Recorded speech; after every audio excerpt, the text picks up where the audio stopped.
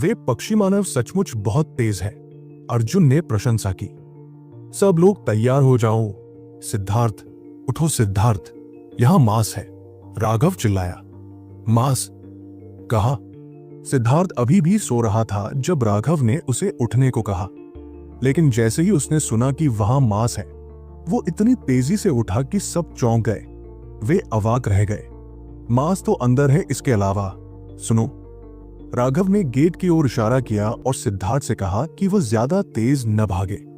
उसे विनायक और शुभम को उसे ढूंढने का समय देना था। उसके बाद अक्षरा को अलविदा कहने के बाद राघव अपने आदमियों को गेट की ओर ले गया। अक्षरा ने कहा था कि यह गेट क्षतिग्रस्त हो गया है और उन सभी को अलग अलग बेतरतीब जगहों पर भेज दिया जाएगा। दूसरे शब्दों में यह बहुत संभव था कि अगर दो लोग हाथ पकड़कर अंदर जाने की कोशिश करें तो अंतरिक्ष उन्हें सीधे चीर सकता था और इस प्रक्रिया में उनके शरीर भी अलग अलग हो सकते थे। इसलिए वे केवल अपने भाग्य के भरोसे ही रह सकते थे। सबसे भयावह बात यह थी कि यह स्थानिक द्वार अस्थिर था। अगर परिवहन के दौरान कुछ अप्रत्याशित हुआ तो आप अंतरिक्ष के अराजक प्रवाह में खो सकते थे। उस अराजक प्रवाह में अनगिनत अंतरिक्षीय तूफान थे, यहां तक कि खजाने की वस्तुएं भी तुरंत नष्ट हो जाती। इंसान की तो बात ही छोड़िए, अगर कोई उसमें प्रवेश कर जाता तो उसके बचने की कोई संभावना नहीं होती। इसलिए हर कोई अंदर जाने को लेकर घबराया हुआ था। अब तक फेदर रेस, ब्लड किल हॉल और रिमोट हेवन गैंग पहले ही अंदर आ चुके थे। भाइयों, मैं आप सभी को शुभकामनाएं देता हूं। एक बार जब हम अंदर पहुंच जाए तो दुनिया को पूरी तरह से पलट दे। राघव हंसा। वो अंदर गया। जैसे ही उसने अंदर कदम रखा, उसे भयानक स्थानिक उतार चढ़ाव महसूस हुए। सामान्य परिवहन संरचनाएं ऐसी थी जैसे किसी गाड़ी में बैठकर समतल सड़क पर आसानी से चल रही हो। हालांकि यह धीमी थी लेकिन बहुत स्थिर थी। जहां तक अच्छी परिवहन संरचनाएं हैं, वे हवा में उड़ने जैसी लगती थी और तेज और स्थिर दोनों थी। लेकिन यहां ऐसा लग रहा था जैसे कोई गाड़ी गड्ढों से भरे रास्ते पर पूरी तेजी से चल रही हो। इसे राघव को ऐसा लगा जैसे जमीन आसमान उसके चारों ओर घूम रहे हों और उसे लगभग उल्टी आ गई। राघव को पता ही नहीं था कि वह अंतरिक्ष चैनल में कितनी देर तक उड़ता रहा था और इतना चक्कर लगाने के बाद वो ये भी नहीं बता पा रहा था कि ऊपर की दिशा क्या है और नीचे की दिशा क्या है। आखिरकार वो एक छोटे से पहाड़ से टकरा गया। वो पहाड़ सीधे धमाका करके टुकड़े टुकड़े हो गया। उफ! राघव ने अपने शरीर से धूल झाड़कर जमीन पर थूका और मुंह में जमा कीचड़ और गंदगी थूक दी। ये कैसा पलायन था? ऐसा लग रहा था जैसे उसे तोप से दागा गया हो। अब जाकर उसे अपने आसपास के माहौल का जायजा लेने का मौका मिला। यह भी बंजर जमीन थी, लेकिन हर जगह पत्थर के उबड़ खाबड़ पत्थर थे जो किसी भूल भुलैया जैसे लग रहे थे। ऊपर देखते हुए उसे आसमान में एक ही सूरज दिखाई दिया। माहौल लगभग उसकी दुनिया जैसा ही था, लेकिन इस जगह में एक अजीब और प्राचीन एहसास था। यह अनादि पथ है। पथ कहाँ है? राघव एक ऊंची चट्टान पर कूद गया और उसने देखा कि दूर तक ऐसी ही जमीन फैली हुई है। वहां बड़े बड़े पहाड़ थे जो उसकी नजर को रोक रहे थे और वो उनमें से एक की ओर दौड़ा। उन्होंने अनादि पथ का एक पहलू पाया जो उनकी दुनिया से अलग था। यहां उनकी दिव्य अनुभूति बहुत सीमित थी, यहां तक कि वह उनकी दृष्टि तक भी नहीं पहुंच पाती थी। वो केवल कुछ दर्जन मील तक ही फैल सकती थी। इसके अलावा उन्होंने पाया कि आदिम अराजकता मन का स्वचालित रूप से अमर पथ के भीतर किसी प्रकार की अज्ञात ऊर्जा को अवशोषित करने के लिए घूम रहा था। उन्होंने कहा कि अनादि पथ में अमरता और देवत्व तक पहुंचने का अमर युग का रहस्य छिपा है। क्या वह रहस्य यहाँ की आभा से संबंधित है? राघव विचारों में खोया हुआ था और आदिम अराजकता मनका की जांच कर रहा था। आदिम अराजकता मनका उसे जूली गुप्त क्षेत्र में प्राप्त हुआ था। उस समय जूली के गुप्त क्षेत्र में प्रवेश करने से पहले ही उसका नाम सुनते ही उसे एक बुलावा महसूस हुआ था। उसे प्राप्त करने के बाद उसने पुष्टि की कि यही वह चीज थी जिसने उसे बुलाया था। वह अभी भी आदिम अराजकता मनके के बारे में बहुत कम जानता था। यह न केवल अपनी दुनिया का स्वामी था, बल्कि उसे जीवन ऊर्जा का एक अनंत स्रोत भी प्रदान कर सकता था। इसने उसे पृथ्वी ज्वाला को वश में करने में भी मदद की थी। इसके अलावा ये स्वर्गीय दांव फल बनाने के लिए पतित दिव्य प्राणियों से स्वर्गीय दांव रूनों को अवशोषित कर सकता था। ये सब अविश्वसनीय रूप से चमत्कारी था। अब इसने स्वतः ही अमर पद के भीतर कुछ अज्ञात ऊर्जा को अवशोषित करना शुरू कर दिया था। इससे राघव की जिज्ञासा आदिम अराजकता मनके के बारे में और भी बढ़ गई। 2 घंटे की यात्रा के बाद राघव एक पहाड़ की चोटी पर पहुंचा। यह पहाड़ बिल्कुल बंजर था, घास का एक तिनका भी नहीं था। यह लगभग एक चट्टान जैसा लग रहा था, लेकिन यह बहुत बड़ा था, इसलिए चोटी पर खड़े होकर उसे अपने आसपास का नजारा साफ दिखाई दे रहा था। लेकिन इससे पहले कि राघव दूर तक देख पाता, उसने अचानक पहाड़ की चोटी पर एक और व्यक्ति को खड़ा पाया। और तो और यह आदमी भी इधर उधर देखने ही वाला था। राघव, हाँ, आज तुम्हारी मौत का दिन है। वो व्यक्ति उसे देखकर प्रसन्न और आश्चर्यचकित हुआ। दुश्मन अक्सर एक दूसरे से टकराते हैं। राघव ने सेतुपति की ओर देखा और मुस्कुराए बिना न रह सका। राघव, तुमने मेरे परिवार के मुखिया को मरवा दिया। हमारे बीच की दुश्मनी कभी सुलझने वाली नहीं है। बताओ, तुम कैसे मरना चाहते हो? सेतुपति का चेहरा हत्या के इरादे से विकृत हो गया था।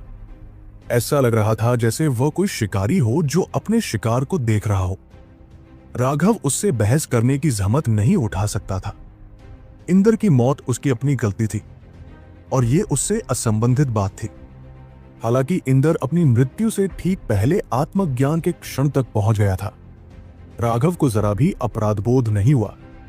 राघव के हाथ में एक रक्तलाल कृपाण दिखाई दिया। उसने उसे सेतुपति की ओर बढ़ाया। आज तुम ही मरोगे। हाँ, कैसा अहंकार है। मैं तुम्हें तीसरी श्रेणी के दिव्य प्राणी की शक्ति दिखाऊंगा। असली शक्ति क्या होती है, चीख चीख कर कह रहा हूं। सेतुपति का उपहास तब टूट गया जब बिजली का एक भाला अचानक उसकी छाती के पिछले हिस्से में घुस गया। बिजली के तीरों ने पागलों की तरह उसके प्राण निगल लिए। तुम, सेतुपति ने अपनी छाती में चुभते बिजली के भाले को देखा। वह पीछे मुड़ा, लेकिन तभी अचानक उसकी गर्दन पर ठंडक महसूस हुई क्योंकि राघव की कृपाण ने उसका सिर काट दिया था। लड़ाई के दौरान क्या तुम सचमुच ध्यान भटकाने की हिम्मत कर सकते हो? क्या तुम्हें लगता है कि मैं मौजूद ही नहीं हूं? राघव अपनी कृपाण पर झुककर सिर हिलाया। बिजली के भाले के रंग चमक उठे और सेतुपति का शरीर टुकड़े टुकड़े हो गया। बिजली का भाला एक बिजली के ड्रैगन में बदल गया जो राघव की बाह पर वापस आ गया। तुम, सेतुपति भयभीत हो गया। उसने कभी सपने में भी नहीं सोचा था कि तीसरी श्रेणी का दिव्य बनने के बाद वह राघव के खिलाफ ऐसी स्थिति में पहुंच जाएगा। बेवकूफ, क्या तुमने सोचा था कि मैं तुमसे उतनी ही मूर्खतापूर्ण लड़ाई लड़ूंगा जितनी तब लड़ी थी जब हम पाताल लोक की स्वर्ग की सीढ़ियों पर थे? मैं उस समय बस तुम सबकी परीक्षा ले रहा था, ये देखने के लिए कि दूसरी श्रेणी का दिव्य प्राणी वास्तव में कितना शक्तिशाली होता है, और तुम्हारी तकनीकें भी। सच कहूं तो मैं वास्तव में लड़ाई में कुशल नहीं हूं, मैं केवल मारने में कुशल हूं। अंतर यह है कि पहला तरीका बस ताकत का एक मूर्खतापूर्ण संघर्ष है, एक प्रतिस्पर्धा की किसके पास ज्यादा तुरुप के पत्ते हैं और कौन लड़ते समय ज्यादा सुंदर दिख सकता है। लेकिन दूसरा तरीका कहीं ज्यादा आसान है। इसमें अपने प्रतिद्वंदी को हराने के लिए सबसे आसान तरीका और सबसे कम कीमत का इस्तेमाल करना होता है। मैंने तुम्हारे सारे तुरुप के पत्ते साफ साफ समझ लिए हैं, जबकि तुम्हें तो यह भी नहीं पता कि मेरे पास कितने तुरुप के पत्ते हैं। क्या तुम्हें लगता है कि सिर्फ ताकतवर हो जाने से तुम मुझे आसानी से कुचल सकते हो? मैं तुम्हारी कल्पनाशीलता की सचमुच कदर करता हूं। बहुत समय पहले मैंने तुमसे कहा था कि अगर तुम मरना चाहते हो तो मुझे पा सकते हो। अब तुम्हें इस पर यकीन कर लेना चाहिए, राघव ने सेतुपति के कटे हुए सिर से कहा। सेतुपति का शरीर नष्ट हो चुका था और सिर्फ उसके सिर के साथ उसके लिए स्वर्गीय दाव रिकवरी का इस्तेमाल करना संभव नहीं था। यहां तक कि तीसरे दर्जे का दिव्य प्राणी भी अपने पूरे भौतिक शरीर को जल्दी से ठीक नहीं कर सकता था। इसलिए अब वह राघव का शिकार बन गया था। सच में सेतुपति बिल्कुल बेवकूफ था। जब राघव ने उसे देखा तो सेतुपति अपनी बाहें पीठ के पीछे बांधे खड़ा रहा, लेकिन राघव ने चुपके से जोड़ा को जमीन में धंसा दिया। जब वो सेतुपति से बात कर रहा था, जोड़ा उसके चारों ओर घूम गया था। इसके बाद राघव ने उसका ध्यान अपनी ओर खींचने के लिए अपनी कृपाण का इस्तेमाल किया। एक कमजोर साधारण कृपाण के वार से उसने सेतुपति को अपनी ओर नीचा दिखाने पर मजबूर कर दिया। परिणाम स्वरूप वो इसके झांसे में आ गया था। सच तो यह है कि अगर वह इसके झांसे में आ भी जाता तो अपनी शक्ति से वो अपनी स्वर्गीय दांव ऊर्जा का इस्तेमाल करके जोड़ा को अपने शरीर से बाहर निकाल सकता था। हालांकि इससे उसकी मूल ऊर्जा समाप्त हो जाती, फिर भी उसके पास लड़ने की कुछ क्षमता होती। लेकिन राघव को भी ये बात अकल्पनीय लगी कि सेतुपति ने सचमुच सोचा था कि उसके पीछे कोई है और उसने पीछे मुड़कर देखा था। इसलिए राघव ने बिना किसी हिचकिचाहट के उसे ये समझने में मदद की कि उसके पीछे वास्तव में कोई नहीं था। मैंने सुना है कि तुमने एक बार भ्रष्ट मार्ग से आए एक दूसरे दर्जे के दिव्य प्राणी को मार डाला था। मुझे सच में आश्चर्य हो रहा है कि क्या वह दिव्य प्राणी कोई सुअर था? राघव ने तिरस्कार पूर्वक कहा। ऐसी बुद्धिमत्ता के साथ यह सचमुच एक चमत्कार ही था कि सेतुपति इतने लंबे समय तक जीवित रह पाए। क्या नियति ने तय कर रखा था कि उसे उसके हाथों मरना है? राघव, मैं मरना नहीं चाहता। मैं चाहता हूं कि आप मुझ पर आध्यात्मिक मुहर लगाएं और मैं आपका सेवक बन जाऊं। केवल एक सिर के साथ, मृत्यु के सन्निकट होने के साथ सेतुपति को अंततः पता चला कि आतंक क्या था। तुम्हारे पास मेरा सेवक बनने की योग्यता नहीं है। हम सब व्यस्त हैं, इसलिए तुम अभी जा सकते हो। जितनी जल्दी तुम मरोगे उतनी ही जल्दी तुम्हारा पुनर्जन्म होगा। राघव ने धीरे से उंगली उठाई। कृपया नहीं। एक बिजली का तीर सेतुपति के सिर में जा लगा। इसने न सिर्फ उसका सिर बल्कि उसकी आत्मा को भी नष्ट कर दिया। एक पीढ़ी की प्रतिभा का पतन हो गया। आदिम अराजकता स्थान के भीतर एक नया स्वर्गीय दांव फल पैदा हुआ, जिसमें 3 निशान थे। है तीसरी श्रेणी का स्वर्गीय दांव खल। बढ़िया चीज। राघव हंसा। ऐसा लग रहा था कि वह सचमुच अनादि पद से बहुत कुछ प्राप्त कर सकता है। अगर वह सिर्फ लोगों को मारने पर भी निर्भर रहता तो भी उससे काफी मुनाफा होता। सेतुपति की लाश से निपटने के बाद उसने अपनी स्थानिक अंगूठी को आदिम अराजकता वाले स्थान में फेंक दिया। जब उसके पास समय होगा वह उसमें से गुजर सकता है। इस समय ब्लड ड्रिंकर चमक गया और उसे एक संदेश भेजा। राघव ने आश्चर्य से ब्लड ड्रिंकर को देखा। उसकी आत्मा ने सचमुच उसे एक संदेश भेजा था। ब्लड ड्रिंकर की आत्मा से इस स्तर पर जुड़ने का यह उसका पहला मौका था, लेकिन वह संदेश बेहद अस्पष्ट था। सामान्य अर्थ यह था कि वह एक विशेष अवस्था में था और फीनिक्स ब्लड ब्लैक गोल्ड को पूरी तरह से सोखने की तैयारी कर रहा था।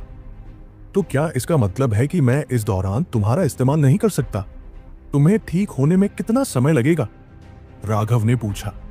थोड़ी देर बाद ब्लड ड्रिंकर ने एक बार फिर उसे एक आध्यात्मिक संदेश भेजा, जिसमें कहा गया कि फीनिक्स ब्लड एसेंस गोल्ड केवल अपनी शारीरिक क्षति को ठीक कर सकता है और इसकी आध्यात्मिक क्षति को ठीक करने के लिए बहुत अधिक आध्यात्मिक शक्ति की आवश्यकता होगी। अपने भौतिक शरीर को ठीक करने के लिए उसे कुछ महीनों से लेकर 1 साल तक का समय लग सकता था। यह निश्चित नहीं था, लेकिन उसने राघव से कहा कि एक बार उसका भौतिक शरीर ठीक हो जाए तो वो राघव के साथ मिलकर और भी शक्तिशाली हमले कर सकता है। बस इस उपचार प्रक्रिया के दौरान उसे परेशान नहीं किया जा सकता था, इसलिए उसे राघव की राय की जरूरत थी। तुम आगे जा सकते हो, चिंता मत करो। राघव ने ब्लड ड्रिंकर को ठीक होने के लिए एकांतवास में जाने की अनुमति देने का फैसला किया। हालांकि उसे ब्लड ड्रिंकर की आवश्यकता थी, लेकिन दीर्घावधि में इसकी शक्ति बढ़ाना ही सर्वोत्तम था। रक्त पिपासु आदिम अराजकता के क्षेत्र में प्रवेश कर गया और एक बार फिर फीनिक्स रक्त काले सोने में छुरा घोंपा। राघव देख सकता था कि वह तेजी से ऊर्जा सोख रहा है। वह बेबस होकर सेतुपति की स्थानिक अंगूठी में ढूंढने लगा। उसे अंदर एक कृपाण मिली, लेकिन वह एक जानमा दांव थी, कोई साधारण कृपाण नहीं। उसका ब्लेड संकरा था और बहुत हल्का भी। वो एक लंबी तलवार जैसा ही था। राघव ने थोड़ा भौहें चढ़ाई। इस तरह के ब्लेड को इस्तेमाल करने के लिए ज्यादा कुशलता और तकनीक की जरूरत होती है, लेकिन उसे इस तरह की दिखावटी लड़ाई पसंद नहीं थी। उसे तो बस अपनी कृपाण को सीधे काटकर अपनी ताकत से विरोधियों को कुचलना पसंद था। हालांकि ये एक मध्यम श्रेणी की जादुई वस्तु थी। अगर वो इसके साथ स्प्लिट द हेवंस का इस्तेमाल करता तो इसका प्रभाव बिजली या ज्वाला ब्लेड के इस्तेमाल से ज्यादा होता। उसने झानमादाओं को अपनी पीठ पर रखा। यह एहसास वाकई अलग था, लेकिन इसका इस्तेमाल उसके विरोधियों को भ्रमित करने के लिए किया जा सकता था। जब वो लड़ता तो उनका ध्यान कृपाण की ओर जरूर जाता। उन्हें पता नहीं होता कि असल में इसका इस्तेमाल सिर्फ दिखावा करने के लिए किया जाता था। अपने हाथों को थपथपाते हुए राघव को आखिरकार अपने आसपास के माहौल का जायजा लेने का मौका मिला। दूर से उसने कई आकृतियों को इधर-उधर भागते हुए देखा, लेकिन वे बहुत दूर थे और वो उनके कपड़े या रूप रंग नहीं देख पा रहा था। तर्क के अनुसार वे अनादि पथ पर चलने वाले शिष्य होने चाहिए। वह भी दौड़ा। एक तरफ देखा तो उसे पैरों के निशान दिखाई दिए। यही कोई रास्ता होगा। राघव को कोई जल्दी नहीं थी। अमर पथ 1 साल के लिए खुला रहेगा। लेकिन जूली के गुप्त क्षेत्र से अलग बात यह थी कि समय पूरा होने पर उन्हें बाहर निकलने के लिए कोई स्थानिक द्वार खोजने की जरूरत नहीं होगी। वे बाहरी थे और अनादि पथ ने उन पर एक निशान लगा दिया था। वे स्वतः ही वहां पहुंच जाएंगे जहां से वे आए थे। अगर वे अनादि पथ में रहना भी चाहें तो नहीं रह सकते। राघव ने आगे कई आकृतियां देखी जो स्थिर खड़ी थी। जब वो उनके पास से गुजरा तभी उसे एहसास हुआ कि वे कोई लड़ाई देख रहे हैं। दूर 2 शिष्य एक भ्रष्ट विशेषज्ञ से लड़ रहे थे।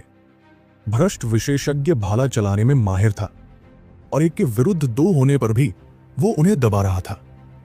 हालांकि उसे नहीं पता था कि ये 2 धर्मी शिष्य एक भ्रष्ट शिष्य से क्यों लड़ रहे हैं। फिर भी उसने 4 धर्मी शिष्यों को बस तमाशा देखते हुए देखा। राघव का मन कर रहा था कि इन दर्शकों को थप्पड़ मारकर मार डाले। भले ही धर्म मार्ग पर चलने वालों को हमेशा एक दूसरे के खिलाफ लड़ना पड़े, लेकिन जब कोई एक ही दुश्मन हो तो उन्हें एकजुट होकर उसके खिलाफ लड़ना चाहिए। ये लोग मूर्खता की इस हद तक कैसे पहुंच गए?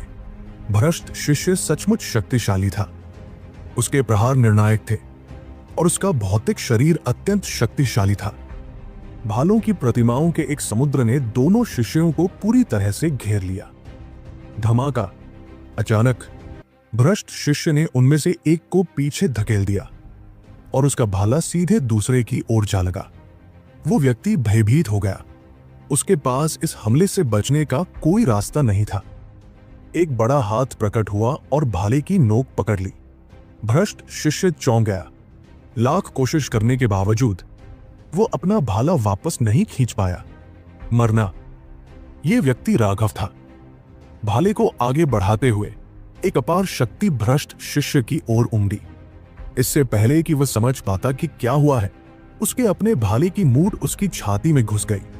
लेकिन जिस बात ने सबको आश्चर्यचकित कर दिया वो ये थी कि जब भाला उसके शरीर में घुसा तो एक शक्तिशाली बल ने उसके शरीर को टुकड़े टुकड़े कर दिया। वरिष्ठ प्रशिक्षु भाई राघव, वे दोनों बहुत खुश हुए। राघव चौंका और फिर ध्यान से उनकी ओर देखा। उसने देखा कि उनके वस्त्रों से पता चल रहा था कि वे छोटे संप्रदायों के शिष्य थे जो पहले जुआनतियन दाओ संप्रदाय का अभिवादन करने आए थे।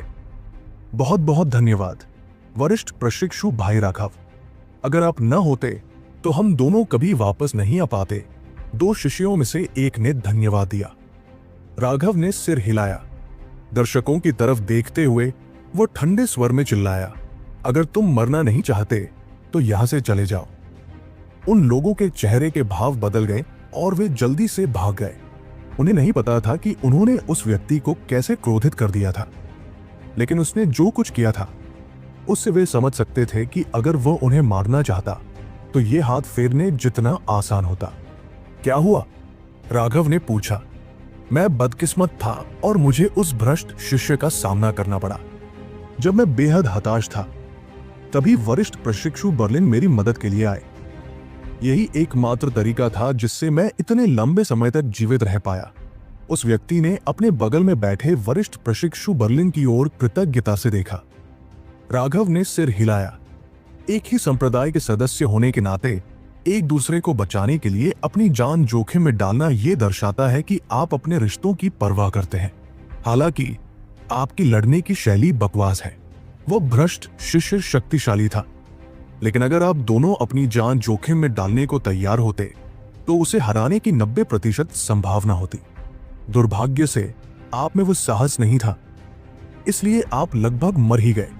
चूंकि आप कंधे से कंधा मिलाकर लड़ सकते हैं, इसलिए आपको एक दूसरे पर भरोसा करना चाहिए। आपको अपनी जान दूसरे व्यक्ति के हाथों में सौंपने में सक्षम होना चाहिए। आप में से एक को अपनी जान दांव पर लगानी चाहिए, जबकि दूसरा किसी भी मौके की भरपाई करे। यह सिर्फ अपनी लड़ाई लड़ने से बेहतर होगा। मैं इस बार आपको बचा पाया, लेकिन इसका मतलब यह नहीं है कि अगली बार भी कोई आपको बचाने के लिए मौजूद होगा। अगर आप अभी भी मेरी बात नहीं समझ पा रहे हैं, तो आपको बस एक गड्ढा खोदकर वहां छिप जाना चाहिए जब तक कि साल पूरा न हो जाए। राघव मुड़ा और चला गया। उस नाजुक पल में दोनों में से कोई भी एक दूसरे को छोड़कर भागने को तैयार नहीं था। अगर उसने ये न देखा होता तो वो उन्हें बकवास कहने में समय बर्बाद ना करता। लेकिन एक इंसान किसी की मदद सिर्फ कुछ समय के लिए ही कर सकता है। राघव पूरी दुनिया को नहीं बचा सकता था, नहीं वह ऐसा इंसान था जो ऐसा करना चाहेगा। बहुत बहुत धन्यवाद वरिष्ठ प्रशिक्षु भाई राघव। हम समझ गए। दोनों ने एक दूसरे की ओर देखा और तुरंत कुछ समझ गए। राघव ने अचानक हाथ हिलाकर उन्हें इशारा किया कि उसने उनकी आवाज सुनी है। वो अपने रास्ते पर आगे बढ़ता रहा। आगे जमीन अब उतनी बंजर नहीं थी। उसकी जगह हरियाली से भरी एक विशाल पर्वत श्रृंखला थी। ऊंचे ऊंचे पेड़ आसमान में ऊंचे उठे हुए थे और घनी लताएं उनके चारों ओर लिपटी हुई थी। उसके पहुंचने से पहले ही एक सघन आध्यात्मिक क्यूई ने उस पर आक्रमण कर दिया। वो घनत्व मानो तरल हो गया हो। ये वास्तव में एक अच्छी जगह है। यहाँ आध्यात्मिक क्यूई का घनत्व जुआनतियन दाओ संप्रदाय की तुलना में 10 गुना अधिक है। राघव ने आश्चर्य से कहा। यह जानना जरूरी था कि जुआनतियन दाओ संप्रदाय को आत्मा संग्रह संरचनाओं का समर्थन प्राप्त था। यही कारण था कि इसकी आध्यात्मिक क्यूई इतनी सघन थी। लेकिन यहाँ इस साधारण पर्वत श्रृंखला में आध्यात्मिक क्यूई अविश्वसनीय रूप से सघन थी। 7 अग्नि सार घास। राघव को तुरंत एक बड़े पेड़ के नीचे 7वीं श्रेणी का एक औषधीय तत्व दिखाई दिया। बाहरी दुनिया में इस तरह की घास बेहद दुर्लभ थी। उसने यहां इसके दर्जनों डंठल देखने की उम्मीद नहीं की थी। वो उन्हें लेने जा ही रहा था कि उसका दिल कांप उठा और वह जल्दी से एक तरफ हट गया। धमाका! एक तीर राघव के ठीक बगल से गुजरा। जमीन फट गई और सैकड़ों मीटर चौड़ा गड्ढा बन गया। आप वास्तव में मेरे छिपे हुए तीर को चकमा देने में सक्षम थे। कोई आश्चर्य नहीं कि जूनियर मास्टर आप में रुचि रखेगा। ऊपर आसमान में नीले पंखों और हाथों में धनुष लिए एक आदमी ठंडी निगाहों से राघव को देख रहा था। जाहिर था तीर उसी की तरफ से आया था। राघव ने उस पर से धूल झाड़ दी। उसने उदासीनता से कहा, पक्षी मानव, क्या तुम जानते हो, तुम्हारे इस तीर ने तुम्हारे ऊपर ही विपत्ति ला दी है। यह व्यक्ति पंख प्रजाति का था। उनकी पीठ पर जन्मजात पंख होते थे जो उन्हें हवा में उड़ने में सक्षम बनाते थे और उनकी गति अविश्वसनीय थी। वे अत्यंत शक्तिशाली थे। सामान्यतः केवल सागर विस्तार विशेषज्ञ ही आध्यात्मिक क्यूई को पंखों में बदलने की क्षमता प्राप्त कर सकते थे। जहां तक रूनों को पंखों के रूप में इस्तेमाल करने की बात है, तो केवल द्वितीय श्रेणी के दिव्य प्राणी ही ऐसा करने में सक्षम थे। सामान्य दिव्य प्राणियों की तुलना में उनके पास एक बड़ा लाभ था। यहां तक कि दूसरे दर्जे के सेलेस्टियल के रूनिक पंख भी उन्हें केवल हवा में तैरने की अनुमति देते थे। पंख जाति के पंखों से तुलना करने पर वे लगभग एक जैसे स्तर के भी नहीं थे। यही कारण था कि पंख जाति अपने ही दायरे के लोगों को नीची नजर से देखती थी। क्या शेखी बढ़ा रहे हो? पहले तो तुम्हें जूनियर मास्टर के पास छोड़ देना चाहिए था, लेकिन चूंकि तुमने मुझे नाराज कर दिया है, इसलिए मैंने तुम्हें मार डालने का फैसला कर लिया है। तुम्हारे जैसे बेवकूफ को जूनियर मास्टर खुद मारने लायक नहीं है। पंख दौड़ विशेषज्ञ ने अपना धनुष उठाया और अचानक दर्जनों तीर राघव की ओर चल पड़े। उनकी गति अतुलनीय थी और वे चतुराईपूर्ण कोनों पर आ रहे थे। उन्होंने उन सभी दिशाओं को घेर लिया जिनसे राघव बच सकता था। लेकिन जब वे तीर उसके पास पहुंचने ही वाले थे तो राघव गायब हो गया। पंख दौड़ विशेषज्ञ चौंक गया। उसकी दिव्य इंद्रिय ने स्पष्ट रूप से राघव को जकड़ लिया था, लेकिन राघव अचानक उसकी इंद्रियों से गायब हो गया था। राघव ने तीरों से बचने के लिए पाताल लोक के भूतिया कदमों का इस्तेमाल किया और सीधे पंख जाति के विशेषज्ञ के सामने आ गया। एक बड़ा हाथ उसके चेहरे की ओर बढ़ा। पाओ, ये कैसा मजाक था? अगर कोई किसी को बंद करने के लिए आध्यात्मिक शक्ति का इस्तेमाल करना चाहे तो पहले वाले को दूसरे वाले से कम दोगुनी आध्यात्मिक शक्ति की जरूरत होगी। इस पंख जाति के विशेषज्ञ की तो बात ही छोड़िए, सीमा भी राघव के साथ ऐसा नहीं कर पाएगा। फेदर रेस विशेषज्ञ का जबड़ा राघव के थप्पड़ से टूट गया था। राघव का एक साधारण थप्पड़ भी आम लोगों के लिए बर्दाश्त से बाहर था। मुझे सबसे ज्यादा नफरत तुम दिखावटी पक्षी मानवों से है। साले, तुम्हारी हिम्मत कैसे हुई मुझसे भी ज्यादा दिखावटी होने की? आज मैं तुम्हारे सारे पक्षी पंख नोच डालूंगा। राघव की पीठ पर बिजली के पंखों का एक जोड़ा उभर आया। उसने अचानक पंख दौड़ विशेषज्ञ की गर्दन पकड़ ली। थंडर फोर्स में स्वाभाविक रूप से शून्य भेदन क्षमता थी। व्यावहारिक रूप से कोई स्थानिक प्रतिरोध नहीं था। फेदर रेस विशेषज्ञ का सिर अभी भी थप्पड़ लगने से चकरा रहा था, लेकिन अचानक ये देखकर कि राघव उसके ठीक सामने आ गया है, उसके पंख चमक उठे। ओह! राघव हैरान था। उसने फेदर रेस विशेषज्ञ का गला पकड़ने की कोशिश की थी, लेकिन वह चूक गया था। वो धनुष चढ़ाए सैकड़ों मीटर दूर खड़ा था। बादल फाड़ने वाला तीर, एक विशाल तीर हवा में भेदता हुआ चला गया। धनुष से निकलते ही वह राघव तक पहुंच गया। यह तीर रूनों से ढका हुआ था। राघव थोड़ा चौंका। जैसी कि उम्मीद थी, पंख जाति का नाम यूं ही नहीं पड़ा। इतना साधारण दिव्य प्राणी भी अपने स्वर्गीय दाव रूनों को अपने तीरों में संघनित करके उन्हें अविश्वसनीय शक्ति प्रदान करने में सक्षम था। ये श्याम की तकनीक से मिलता जुलता था। अपने पक्षी बादलों को चीर दो, राघव ने घुरघुराते हुए कहा। जैसे ही उसने अपनी मुट्ठी तीर पर मारी, प्रकाश उसकी मुट्ठी पर नाचने लगा। धमाका! पंख जाति विशेषज्ञ की भयभीत निगाहों के सामने राघव की मुट्ठियों से उसका शक्तिशाली तीर उड़ गया। राघव को जरा भी चोट नहीं आई। असंभव! मेरे एक और हमले का सामना करो। पंख जाति विशेषज्ञ ने गुस्से से दहाड़ते हुए लगातार तीर चलाए। वे सभी उसके स्वर्गीय दांव रूनों से घिरे हुए थे। इस तरह के हमले को रोकने के लिए आम सेलेस्टियल्स को अपनी पूरी ताकत लगानी पड़ती। अगर वे उनमें से किसी एक को भी रोक पाते तो वह अपने आप में प्रभावशाली होता। लगातार 3 हमलों को रोकना लगभग नामुमकिन होता। पंख प्रजाति के विशेषज्ञों को दूसरों पर एक जन्मजात बढ़त हासिल थी। अपने पंखों के कारण उनके पास न केवल तेज गति थी, बल्कि हवा से निशाना साधकर जमीन पर भी बढ़त हासिल कर सकते थे। हालांकि वो बदकिस्मत था कि राघव से टकरा गया। राघव की मुट्ठियों ने उसके भयानक तीरों को एक एक करके चकनाचूर कर दिया। शक्तिशाली विस्फोटों ने जमीन को हिलाकर रख दिया। चूंकि वे हवा में लड़ रहे थे, इसलिए पर्वत श्रृंखलाओं में काफी लोग उन्हें देखने आए थे।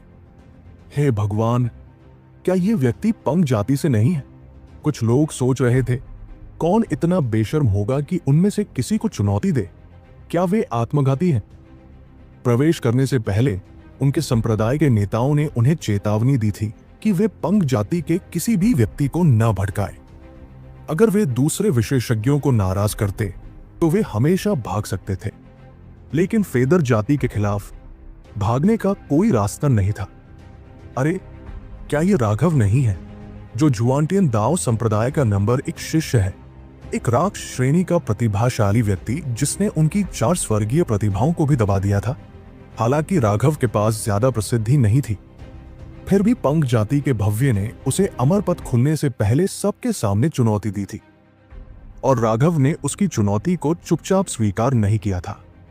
फेदर रेस के जूनियर मास्टर के खिलाफ भी वह अभी भी बहुत बहादुर था। इसके अलावा ब्लडकिल हॉल के जय ने भी कहा था कि वो खुद उसे मार डालेगा, इसलिए यह तय था कि उसने काफी ध्यान आकर्षित किया था। धमाका! राघव की मुट्ठी ने आखिरी तीर को चकनाचूर कर दिया। उसने ठंडेपन से अपने प्रतिद्वंद्वी को देखा। सच तो यह था कि वह बस उसे परख रहा था। भव्य से निपटने की तैयारी में पंख जाति की युद्ध शैली सीखना चाहता था। उसका प्रतिद्वंद्वी अब थोड़ा पीला पड़ गया था। उसने अपने दर्जनों स्वर्गीय दांव शक्तियुक्त तीर चला दिए थे। अब उसकी स्वर्गीय दांव ऊर्जा कम हो रही थी, जबकि राघव अभी भी बहुत शांत लग रहा था। इससे वो थोड़ा डर गया। उसे आखिरकार समझ आया कि भव्य जैसा शक्तिशाली व्यक्ति उसमें क्यों दिलचस्पी ले रहा है। तुम में कुछ क्षमता है, बस इसी तरह तुम जूनियर मास्टर के हाथों मरने की योग्यता रखते हो। धन्य हो तुम। ये कहकर पंख जाति का विशेषज्ञ सचमुच भाग गया, मानो प्रकाश की किरण बन गया हो।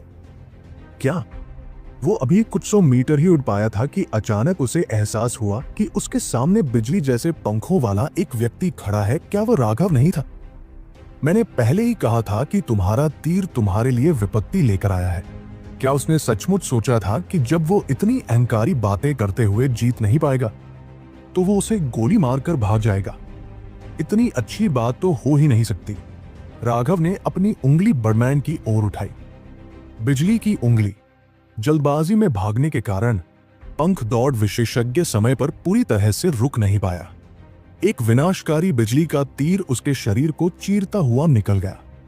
उसे चीखने का भी मौका नहीं मिला और उसका शरीर खूनी धुंध में फट गया। उस खूनी धुंध में कई पंख थे। वो मर गया बस ऐसे ही। सभी दर्शक दंग रह गए। शक्तिशाली पंख जाति का कोई भी व्यक्ति राघव के एक भी वार का सामना नहीं कर सका। इसमें कोई आश्चर्य की बात नहीं थी कि भव्य और जय उसे चुनौती देंगे। इस तरह की शक्ति भयावह थी और उनकी समझ से परे थी। उसे मारने के बाद आदिम अराजकता स्थान में एक और स्वर्गीय दांव फल प्रकट हुआ। अब चूंकि उसकी साधना का आधार बढ़ गया था, इसलिए उसे स्वर्गीय प्राणियों के स्वर्गीय दांव रूनों को नष्ट करने की आवश्यकता नहीं थी। एक बार वे मारे गए तो उनके स्वर्गीय दांव रून स्वतः ही आदिम अराजकता स्थान द्वारा अवशोषित कर लिए जाएंगे। ये बहुत बढ़िया था। अगर उसे और कुछ न भी मिले तो भी सिर्फ 300 से ज्यादा स्वर्गीय दांव फल मिलने से ही राघव संतुष्ट हो जाएगा। खुद को ड्रैगन ब्लड लीजन का नेतृत्व करते हुए सोचकर, जिसके सभी 360 सदस्य सेलेस्टियल थे, वो प्रत्याशा से भर गया। इस राघव ने एक विपत्ति भड़का दी है। भव्य उसे हरगिज नहीं छोड़ेगा। छी, वो भव्य बहुत घमंडी है। राघव सही था। वे सचमुच पक्षी मानवों का एक समूह है। क्या उन्हें खुद को प्राचीन प्रजातियां कहलाना पसंद नहीं? वे तो बस संकर प्रजातियों का एक समूह है। चुप रहो। अगर तुम जीना नहीं चाहते तो भी हमें नीचे मत गिराओ। अपने प्रतिद्वंदी को मारने के बाद राघव ने उसे देख रहे दर्शकों का निरीक्षण किया। उसे कोई भी ऐसा व्यक्ति नजर नहीं आया जिसे वो पहचानता हो। ऐसा लग रहा था कि संप्रदाय के गुरु की बातें सही थी। अनादि पथ सचमुच विशाल था और कोई नहीं जानता था कि दूसरे लोग कहां टेलीपोर्ट हो गए हैं। हालांकि वो शुभम और विनायक के बारे में थोड़ा चिंतित था, लेकिन वे साधना जगत में जीने के लिए पूरी तरह दूसरों पर निर्भर नहीं रह सकते थे। उन्हें खुद पर निर्भर रहने की जरूरत थी। उसने इन लोगों की नजरों को नजरअंदाज किया और अपने रास्ते चला गया। इससे पहले अक्षरा ने उन्हें कुछ निषेधों के बारे में समझाया था, लेकिन उसने उन्हें नक्शा नहीं दिया था। अक्षरा का तर्क बेहद सरल था। चाहे वे धर्मी विशेषज्ञ हों या भ्रष्ट विशेषज्ञ, सबके पास नक्शे थे। अगर आपको कोई नक्शा चाहिए होता तो आप जब चाहे छीन सकते थे। उस समय राघव को वास्तव में समझ नहीं आया था। उसका यह संप्रदाय गुरु वास्तव में बहुत आलसी था। उसने न तो नक्शे बनाए थे और न ही उन्हें दिशा निर्देश दिए थे। बाद में लंबे समय तक उसके संपर्क में रहने के बाद उसे एहसास हुआ कि अक्षरा ज्यादातर नेताओं से अलग थी। वो प्रकृति को अपने काम करने देना पसंद करती थी और शिष्यों के मामलों में दखलंदाजी पसंद नहीं करती थी। उसके विचार से विशेषज्ञों को जंगल में ही बढ़ना चाहिए। जो लोग बाड़े में पले बढ़े थे वे सच्चे प्रतिभाशाली नहीं थे। पहले तो राघव को यह थोड़ा अजीब लगा, लेकिन उसने अक्षरा के दृष्टिकोण की सराहना की। विशेषज्ञों के लिए हर तरह की परीक्षाएं सहना नियति थी, तभी वे सही मायने में अपना प्रकाश बिखेर सकते थे। कभी कभी नेक इरादे से किसी की मदद करने से उसे हमेशा के लिए नुकसान पहुंच सकता है। जाहिर है अक्षरा ने अपने गुस्से पर काबू पा लिया था और इसी वजह से वह आत्मज्ञान के एक बहुत ऊंचे स्तर को भी प्राप्त कर पाई थी। रास्ते में राघव को कई उच्च स्तरीय औषधीय सामग्रियां मिली। कई पहाड़ों से गुजरने के बाद उसने देखा कि आसपास ज्यादा से ज्यादा लोग थे और उनमें से कई ऐसे थे जिन्हें वो पहचान नहीं पाया। उन्होंने धर्म पथ के वस्त्र पहने हुए थे, लेकिन वे उसी प्रवेश द्वार से नहीं आए थे जिससे वह आया था। अक्षरा ने कहा था कि पूर्वी बंजर भूमि में उनके लिए 2 प्रवेश द्वार उपलब्ध हैं और उसने नजदीक वाले को चुना था। उसने सोचा कि ये लोग दूसरे प्रवेश द्वार से आए थे। उन्होंने राघव को अजीब नजरों से देखा क्योंकि उन्हें उसके शरीर से स्वर्गीय दाऊस की कोई आभा महसूस नहीं हुई। दूसरे शब्दों में वो कोई दिव्य नहीं था। बच्चा, अचानक एक लंबे आदमी ने राघव का रास्ता रोक लिया। उसे तिरस्कार भरी नजरों से देखने लगा। पाव, भाड़ में जाओ, मेरा समय बर्बाद मत करो। क्या तुम ठीक से काम नहीं कर सकते? अगली बार अगर तुम मेरे रास्ते में आए तो मैं तुम्हें थप्पड़ मार कर मार डालूंगा। राघव उसकी आंखों में देखते ही समझ गया कि यह बेवकूफ क्या योजना बना रहा है। पूर्वी बंजर भूमि में राघव की कुछ प्रसिद्धि हो सकती थी, लेकिन वह प्रसिद्धि मुख्यतः इसलिए थी क्योंकि वह दिव्य प्राणी न होते हुए भी दिव्य प्राणियों से लड़ने की क्षमता रखता था। इसलिए राघव की स्वर्गीय दाव आभा को न भांप पाने के कारण वे पहचान गए कि वह कौन था। कई दिव्य पुरुषों ने अफवाहों पर विश्वास करने से इनकार कर दिया। उन्हें लगा कि राघव दिव्य पुरुषों की गरिमा का अपमान कर रहा है। वो व्यक्ति राघव की परीक्षा लेने आया था, लेकिन उसके थप्पड़ से वो बेहोश हो गया। इन लोगों के दिमाग में जरूर कोई गड़बड़ है। उन्होंने अपना समय खोजबीन, खजाने ढूंढने या दुश्मनों को मारने में नहीं लगाया, बल्कि वे उसके लिए मुसीबतें ढूंढने आए थे। अगर राघव का मूड इतना अच्छा नहीं होता तो वह सीधे उसका सिर फोड़ देता। सच तो यह है कि राघव के मन में सचमुच ऐसा ही करने की तीव्र इच्छा थी, भले ही वह किसी और चीज के लिए न हो। बस एक स्वर्गीय दांव फल ने उसे ऐसा करने लायक बना दिया था। लेकिन राघव ने उस तरह की इच्छा पर काबू पा लिया। वह लालच को लोगों की हत्या का बहाना नहीं बना सकता था, वरना वह राघव नहीं रह जाता। उस व्यक्ति को थप्पड़ मारने के बाद राघव ने अचानक 4 लोगों को तेजी से जमीन पर भागते देखा। उन्होंने भ्रष्ट मार्ग के वस्त्र पहने हुए थे। खाना आ गया है। राघव बहुत खुश हुआ और वह अचानक उनके सामने प्रकट हुआ। दहाड़ते हुए बोला, ये पहाड़ मैंने खोले हैं, ये पेड़ मैंने लगाए हैं। अरे, क्या तुम मेरी बात खत्म होने का इंतजार नहीं कर सकते? राघव ने अभी बोलना शुरू ही किया था कि 4 भ्रष्ट विशेषज्ञों ने स्वर्गीय दाऊस की चीखें जारी की और उस पर हमला कर दिया। सबसे आगे एक बड़ा आदमी था जिसकी मुट्ठी से कांसे की रोशनी चमक रही थी। धमाका! बिना देखे राघव ने भी मुक्का मारा। नतीजा यह हुआ कि उस व्यक्ति का आधा शरीर चूर चूर हो गया। बाकी भ्रष्ट विशेषज्ञ दंग रह गए। राघव ने एक बार फिर जोरदार मुक्का मारा और उस घायल आदमी को बोलने का मौका भी नहीं मिला, इससे पहले कि उसका सिर फट गया। वर्तमान में राघव का चौथा तारा हर गुजरते दिन के साथ और भी मजबूत होता जा रहा था। राघव कैंडी जैसी औषधीय गोलियां खाता था, जिससे उसे लगातार ऊर्जा मिलती रहती थी। वो पहले से ही अपनी क्रूर शारीरिक शक्ति से साधारण दिव्य प्राणियों को मारने की क्षमता रखता था। इसके अलावा केवल अपने भौतिक शरीर पर निर्भर रहने का एक लाभ यह था कि आध्यात्मिक युवान में कोई उतार चढ़ाव नहीं होता था, जिससे उसके दुश्मन सहज रूप से ये अनुमान नहीं लगा पाते थे कि वह क्या कर रहा है। यह भी एक और कारण था कि राघव की थप्पड़ मारने की कला इतनी प्रभावी थी। तुम राघव हो? उनमें से एक ने भयभीत होकर पूछा। ओह, तुम सचमुच मेरा नाम जानते हो? राघव थोड़ा हैरान हुआ। दौड़ना!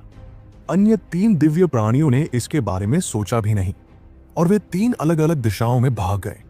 चूंकि आ ही गए हो तो जाओ मत, राघव ने व्यंग्य किया। भ्रष्ट विशेषज्ञों का सामना करते हुए उसे जरा भी बेचैनी महसूस नहीं हुई। उसकी 3 उंगलियों के इशारे से बिजली के 3 तीर निकल पड़े। उनमें से 2 बमुश्किल कहीं पहुंच पाए थे कि बिजली के तीरों ने उन्हें छेद दिया। अगर वे साधारण वज्र शक्तियां होती तो उनके स्वर्गीय दावरून उन्हें पूरी तरह से रोक सकते थे, लेकिन राघव की वज्र शक्ति विपत्ति बिजली से आई थी। इस प्रकार उनके शरीर सीधे उड़ गए। जहां तक दूसरे की बात है, वो आखिरी व्यक्ति था जिसकी ओर राघव ने इशारा किया था, और जबरदस्त प्रयास के बाद वह चकमा देने में कामयाब रहा। हालांकि उसने राघव के बिजली के तीर को चकमा दे दिया था, लेकिन वो उसकी कृपाण को चकमा नहीं दे पाया। उसका सिर सीधे कट गया। सच में ये तीनों वाकई बहुत ताकतवर थे। जैसे ही राघव ने तीसरी उंगली उठाई, उसे लगा कि उसके प्रतिद्वंदी को एहसास हो गया है और वह चकमा दे पाएगा। इसलिए उसने सीधे पाताल लोक के भूतिया कदमों का इस्तेमाल करके जैसे ही उसने तीर से बचकर उसका सिर काट दिया। राघव, तुम पहले से ही हमारी जरूरी हत्याओं की सूची में पहले नंबर पर हो। तुम्हें हम जरूर मार डालेंगे। आखिरी भ्रष्ट विशेषज्ञ का सिर्फ एक सिर बचा था। वो पहले से ही जानता था कि वह मर चुका है, इसलिए उसने उस पर भयावह रूप से दहाड़ लगाई। राघव ने सीधे उसका सिर धड़ से अलग कर दिया। उसे अपनी धमकी की कोई परवाह नहीं थी। वैसे भी बहुत से लोग उसे मारना चाहते थे, तो वो उन सबके नाम कैसे याद रख सकता था। जैसे ही उसने तलवार को म्यान में वापस रखा, उसकी झानमा दाव से एक कर्कश ध्वनि निकली। ये एक बेहद मनभावन ध्वनि थी। अब राघव को समझ आया कि तलवार साधक अपने विरोधियों को मारने के बाद धीरे धीरे अपनी तलवारें म्यान में वापस क्यों रखना पसंद करते हैं। यह वाकई एक अच्छा एहसास था। हाँ, शायद दूसरे शब्दों में कहे तो यह दिखावा था। जिस धर्मी विशेषज्ञ को राघव ने थप्पड़ मारकर बेहोश कर दिया था, वो अब जमीन से रेंगकर ऊपर आया। उसने अभी अभी राघव को 3 भ्रष्ट विशेषज्ञों को मारते हुए देखा था। जब राघव की कृपाण म्यान में वापस आई, तो वो आवाज उसके दिल पर हथौड़े की तेज आवाज जैसी थी। आखिरकार उसे समझ आ गया कि वह नर्क के कगार से वापस आ गया है। अपने हाथों को थपथपाते हुए राघव अब तक के अपने शाश्वत पद के सफर से बेहद संतुष्ट था। यहां उसे किसी नियम की परवाह करने की जरूरत नहीं थी। यहां तक कि धर्मी विशेषज्ञ भी अगर उसे बुरे मूड में उकसाते तो बिना किसी परवाह के मारे जा सकते थे। 3 स्वर्गीय दावखल, ये ड्रैगन ब्लड लीजन के 3 अन्य सदस्यों का प्रतीक था जो दिव्य बन सकते थे। राघव का मूड बेहद खुशनुमा हो गया। एक विचार के साथ उसने अभी अभी प्राप्त 3 स्थानिक वलियों को देखा। उसने एक नक्शा निकाला। अरे सच में! नक्शे को देखते ही राघव के चेहरे पर भाव बदल गए। उसने देखा कि नक्शे पर अनगिनत ब्लॉक थे। यदि उन सभी ब्लॉकों को एक साथ जोड़ दिया जाए तो वे एक विशाल पथ का निर्माण करेंगे। उसने एक जगह देखी जो तिल के आकार के छोटे छोटे धब्बों से भरी हुई थी और जिन पर एक खास रंग से निशान बनाए गए थे। ये वो जगह थी जहां लोगों को प्रवेश द्वार से ले जाया जा सकता था। राघव ने जल्दी से गिनती की और पाया कि असल में ऐसे हजारों धब्बे थे। उसने जल्दी से अपना धब्बा ढूंढ लिया क्योंकि भ्रष्ट विशेषज्ञ ने उसे पहले ही चिन्हित कर रखा था। अब ये थोड़ा परेशानी भरा है। शुभम और विनायक के सिद्धार्थ को ढूंढने की संभावना थोड़ी कम है। वे वास्तव में केवल भाग्य की बात सुन सकते हैं। राघव ने आह भरी। इस नक्शे से साफ जाहिर था कि अनादि पथ एक पहेली है। हर टुकड़े के बीच एक गहरी खाई थी। नक्शे में यह भी दिखाया गया था कि कुछ गहरी खाइयों को पार नहीं किया जा सकता। उसने ध्यान से अपनी वर्तमान स्थिति पर नजर डाली। अचानक उसने देखा कि उसके दाहिनी ओर थोड़ी ही दूरी पर एक गहरी खाई है, इसलिए वो उस दिशा में तेजी से बढ़ने लगा। 2 घंटे से ज्यादा समय बाद उसने खाई देखी। वो बिल्कुल काली थी और उसमें से एक डरावनी आभा निकल रही थी, मानो किसी जादुई जानवर का खुला हुआ मुंह हो। रसातल केवल कुछ दर्जन मील चौड़ा था। अपने बिजली जैसे पंखों को बुलाकर वो उसके ऊपर से उड़ने लगा। उसने अपने आध्यात्मिक युवान को चरम अवस्था में रखा, किसी भी अप्रत्याशित स्थिति से निपटने के लिए तैयार। लेकिन कुछ भी अजीब नहीं हुआ। केंद्र तक पहुंचने के बाद ही स्थानिक उतार चढ़ाव थोड़े और तेज हो गए। ऐसा लग रहा था जैसे वह पानी में बह रहा हो, लेकिन इससे वो रुका नहीं। खाई पार करते हुए वो एक घने जंगल वाली पर्वत श्रृंखला पर पहुंचा। नक्शे को देखते हुए उसने देखा कि यह भी एक छोटा सा क्षेत्र था। अभी वो अभी भी अमर पथ के किनारे पर था। उसने 5 और खाइयां पार की और अंततः एक अपेक्षाकृत बड़े क्षेत्र में पहुंचा। नक्शे से पता चला कि यही अमर पथ का असली प्रवेश द्वार था। इस जगह को पार करने के बाद ही वो सचमुच अमर पथ में प्रवेश कर पाता, जो खजानों और परीक्षाओं से भरा हुआ था। यह अफवाह थी कि प्राचीन विशेषज्ञों को अमर या भगवान बनने के लिए अमर पथ से गुजरना पड़ता था। हालांकि अमर पथ बहुत विशाल था। केवल प्रवेश द्वार ही लाखों मील चौड़ा था। यह कई टुकड़ों में बंटा हुआ था और उसका वर्तमान स्थान ऐसे ही क्षेत्रों में से एक था। यहां सैकड़ों मील लंबा एक विशाल पत्थर का खंभा जमीन पर गिरा पड़ा था। वो कई जगहों से टूटा हुआ था। उसके सामने खड़े होकर राघव खुद को चींटी जितना छोटा महसूस कर रहा था। स्तंभ पर अनगिनत नक्काशी की गई थी। वहां नीले ड्रैगन, दिव्य फीनिक्स और ऐसे जानवर थे जिन्हें उसने पहले कभी नहीं देखा था। हालांकि पत्थर का स्तंभ पहले से ही खंडित था, फिर भी उसमें से एक शक्तिशाली शक्ति निकल रही थी। राघव के मन में एक संभावित दृश्य उभर आया।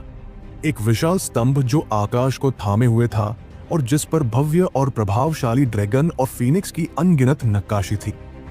नष्ट होने से पहले यह प्राचीन मार्ग कितना अद्भुत रहा होगा। उसने देखा कि जमीन पर दर्जनों मील लंबी और अज्ञात मोटाई वाली विशाल ईंटें जड़ी हुई थी। वे सब धूल से ढकी हुई थी। वहां टूटी हुई छतें थी जो पहाड़ों जितनी बड़ी थी। वो सुनहरे दिन अब नहीं रहे। सब कुछ उदास था। ऐसा लग रहा था जैसे जमीन पर पड़ा टूटा हुआ खंभा कुछ कहना चाह रहा हो, पर कोई समझ नहीं पा रहा हो। ऐसा लगता है कि किंवदंतियां सचमुच सच थी। अमर युग में लोग सचमुच अमरता की साधना कर सकते थे और स्वर्ग तक पहुंच सकते थे। अन्यथा इतना विशाल मार्ग बनाना संभव नहीं होता। यह निश्चित रूप से अमर और देवताओं की शैली है। उसने विशाल पत्थर के स्तंभ को देखा और उसकी भव्य आभा को महसूस किया। एक गिरा हुआ स्तंभ एक विशाल पर्वत श्रृंखला के समान था। उसे सचमुच विश्वास नहीं हो रहा था कि साधारण मनुष्य ऐसी अधिरचना का निर्माण कर सकते हैं। खंभे पर उड़ते हुए उसने अपने आसपास देखा। उसने देखा कि एक विशाल द्वार का ऊपरी हिस्सा होना चाहिए था। उसे थामे हुए 2 विशाल खंभे होने चाहिए थे और एक विशाल बोर्ड जिस पर लिखा था अनादि पथ। लेकिन राघव को ऐसा कोई बोर्ड नहीं दिखा। जहां तक गेट के ऊपरी हिस्से की बात है, उसे उसका बस एक हिस्सा ही दिखाई दे रहा था। उसे समझ नहीं आ रहा था कि उसका बाकी हिस्सा कहीं और गिर गया है या फिर खाई में गायब हो गया है। राघव गेट की टूटी हुई छत तक गया। वहां 3 टाइलें थी, लेकिन उनमें पहले से ही दरारें थी। 100 मीटर से भी ज्यादा लंबी छत की टाइलें देखकर राघव विस्मय से भर गया। उसे नहीं पता था कि ये टाइलें किस चीज से बनी है। एक छोटा सा टूटा हुआ टुकड़ा उठाकर उसने पाया कि वो उसे कुचल नहीं पा रहा था। उसकी कठोरता खजाने की चीजों से भी ज्यादा थी। इसके अलावा वे बिल्कुल साधारण टाइलों जैसे लग रहे थे, धातु से बने भी नहीं थे।